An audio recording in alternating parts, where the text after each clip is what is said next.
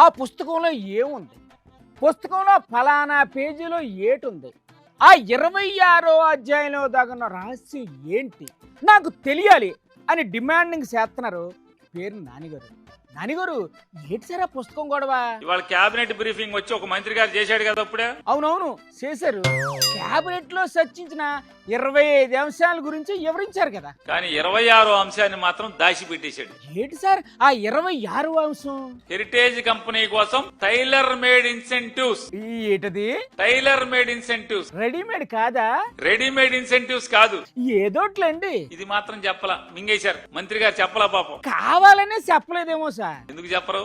చెప్పరా? దీని గురించి బయట చెప్పొద్దని ఎవరైనా చెప్పరేమో.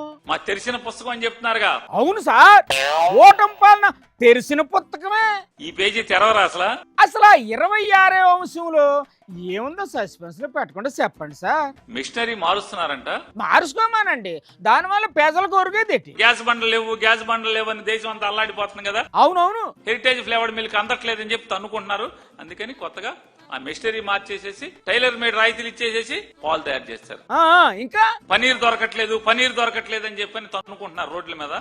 అందుకోసం 400% పనీర్ తయారు చేస్తాకి మిషనరీ పెట్టారు.